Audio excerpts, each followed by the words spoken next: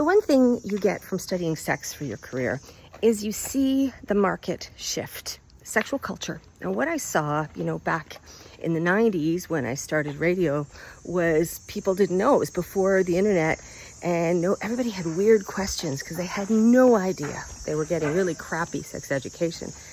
And what's going on now is there still is crappy sex education, but at least people have, places to go. What I'm seeing with the industry is this. It used to be, you would have the swing groups, and then you'd have the kink groups, and they were never the two shall meet, right? Because you say, with kink, it's like no until you negotiate with your dom and everything's all clear. And with the swing group, it's always like huggy and kissy and visiting until it's no. So it's a whole thing. And now what I'm seeing is the tantra and the swing. There's this article this week about kind of, this touching, slow swing events where you have events where you play, but no big O. Versus the tantra, which sounds just like tantra, right? Which is all cuddle and touch and breathing and intimacy and being able to exchange energy. And there's a great conference, if you're interested in this, the weekend after Labor Day in Toronto, the big Toronto Tantra Festival. And it's one of the biggest ones in North America. So you're looking to try it. It may be, an easy way.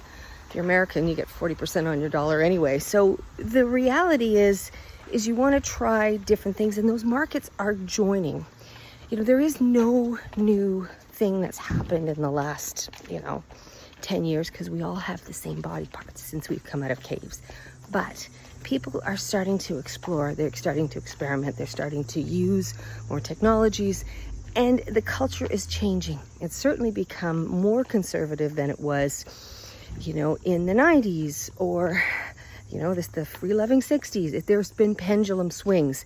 And I see it now that, that you get that no kissing in movies, and you get the fact that there's this whole Gen Zs who aren't touching each other, and the whole want to be a virgin island because people aren't getting the intimacy that they wanted.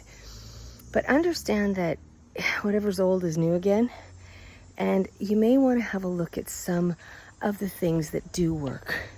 And that is foreplay, communication, consent, and being able to articulate what you want, right? I used to have an adage that if you can't play with your own equipment, it's pretty hard to play with somebody else's, because you couldn't tell them what you wanted.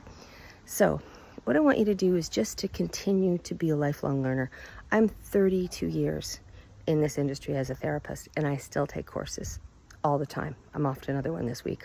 I'll give you more. And if you want not your parents' sex ed, tune into my podcast every week. It's called Turned On with Sue and John. He's on in 40 markets across North America, amazing radio broadcaster. And I'm going to teach you everything you need to know to be astounding between the sheets. TurnedOnPodcast.com.